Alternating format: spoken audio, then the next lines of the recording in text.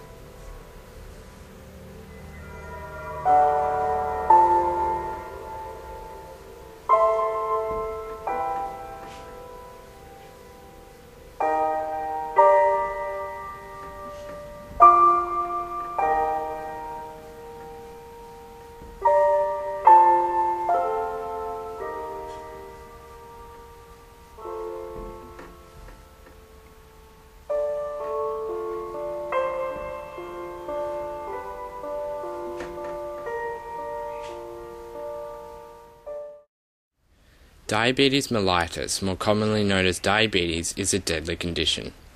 Both type 1 and 2 can be, if not controlled, silent killers. Type 1 is an autoimmune disease that permanently destroys beta cells in the pancreas, meaning that the body can no longer produce insulin. Type 1 requires regular insulin injections several times a day. Type 1 cannot be prevented or cured, and the need for insulin cannot be eliminated.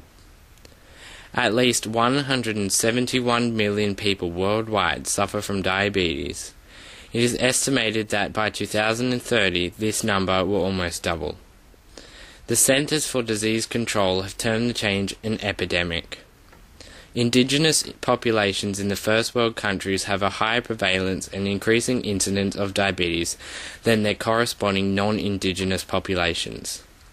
In Australia, the age-standardised prevalence of self-reported diabetes in Indigenous Australians is almost 4 times that of non-Indigenous Australians.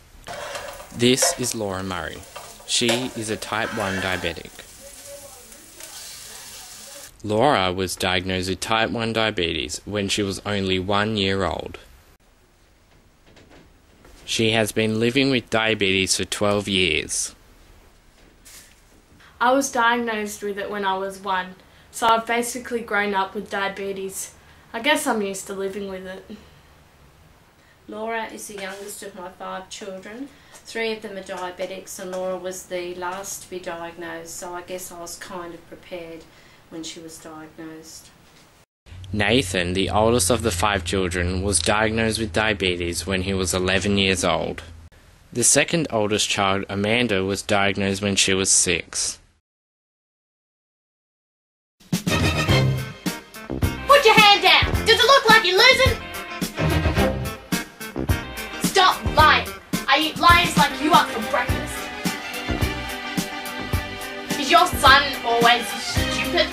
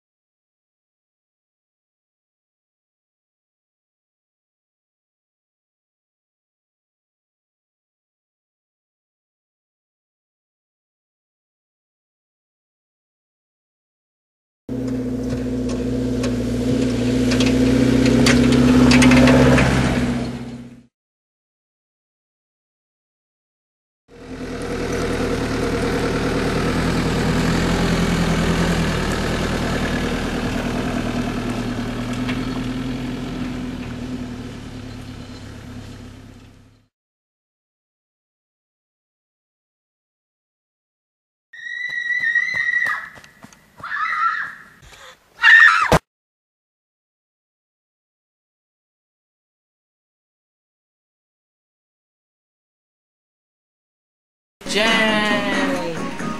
Oh, we only got... Exit. Wow. A golden hand had a crispy shell. Nothing's looking normal. Right through.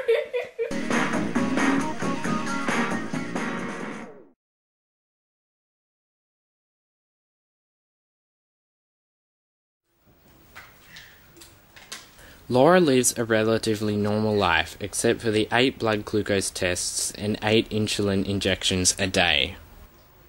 That adds up to a startling 35,000 blood glucose tests and another 35,000 insulin injections over the 12 years. That's 4.5 litres of insulin, or as much as 4.5 cartons of milk.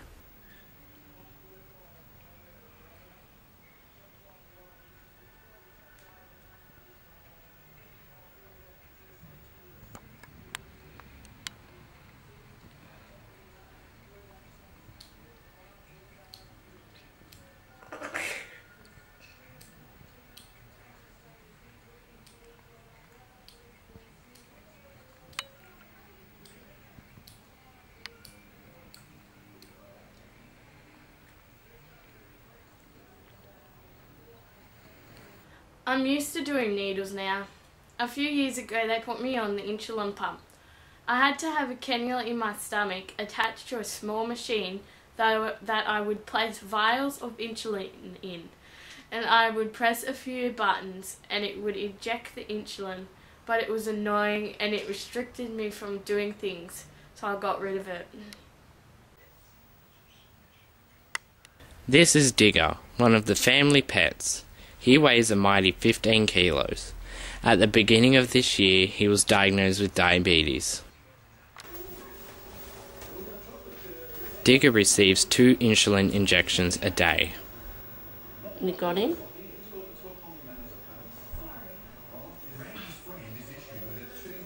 There you go.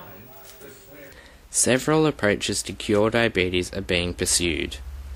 Pancreas transplantation, insulin-producing cells called islet cells transplantation, artificial pancreas development, genetic manipulation, fat or muscle cells that don't normally make insulin have a human insulin gene inserted, then these pseudo-islet cells are transplanted into the people with type 1 diabetes. Each of these approaches still has lots of challenges, such as preventing immune rejection, finding an adequate number of insulin cells, keeping cells alive, and others. But progress is being made in all areas. I hope that one day they will find a cure. I think they will, but it won't be anytime soon. Life with diabetes is different, but I'm used to it. Each year, the Walk to Cure Diabetes is held. The Walk to Cure Diabetes is a walk that is held in Foreshore Park, Newcastle. There is live entertainment, food and drinks available, breakfast, barbecue and children's activities. The walk starts at 10 a.m. and finishes at 2 p.m.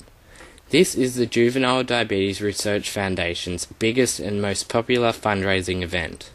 You can register to walk in a group, join a team or be an individual. You can register online at www.jdrf.org.au/walk or call 1300 363 126.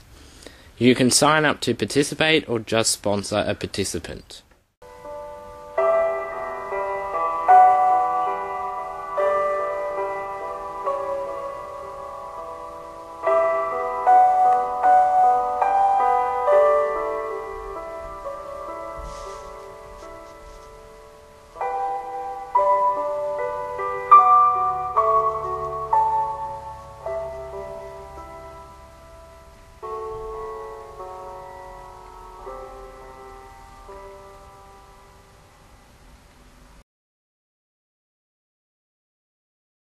Action.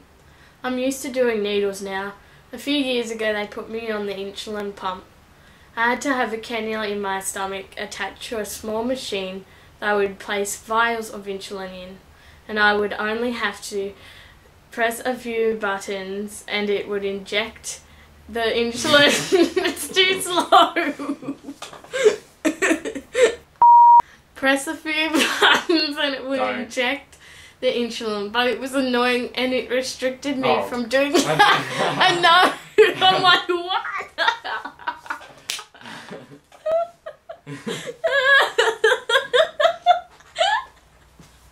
And you're like, don't. And I'm like, Action.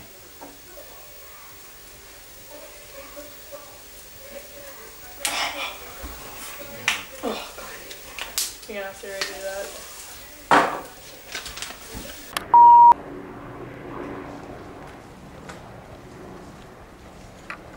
I gotta do that again. Speak. And explosion. No, I didn't zoom in quick. No. Oh. Ready? It's just- Ready? Stop laughing, it's recording. And speak. Look behind you, remember? Look back, speak. Big explosion.